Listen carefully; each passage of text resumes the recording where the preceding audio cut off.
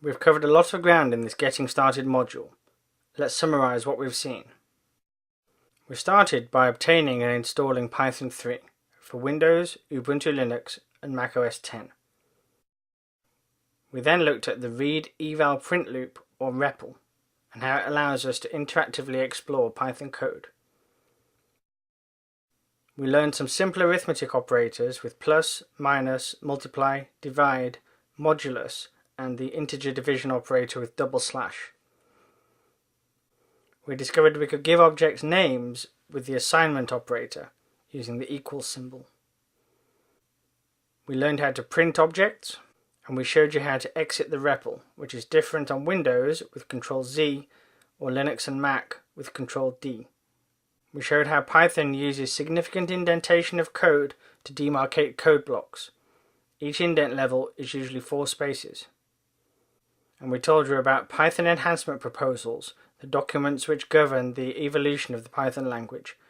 In particular, we briefly looked at PEP 8, which is the Python style guide, which we follow in this course, and PEP 20, the Zen of Python, which gives useful advice on writing Pythonic code. We looked at importing Python standard library modules using the import statement.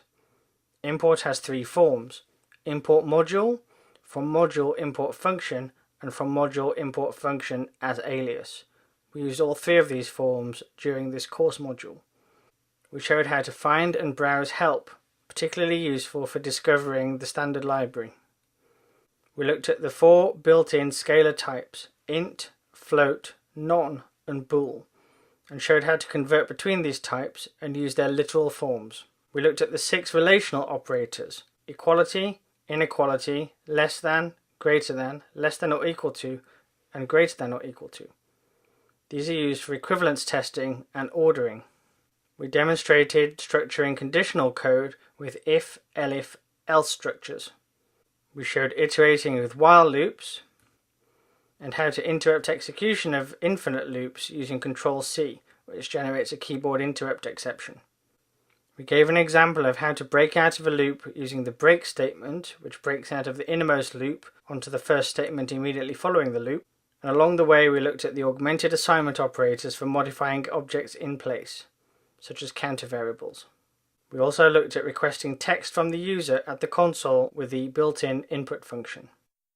Next time, here on Python Fundamentals, we'll continue our exploration of Python's built-in types and control flow structures by looking at strings, lists, dictionaries, and for loops. We'll even be using Python to fetch some data from the web for processing.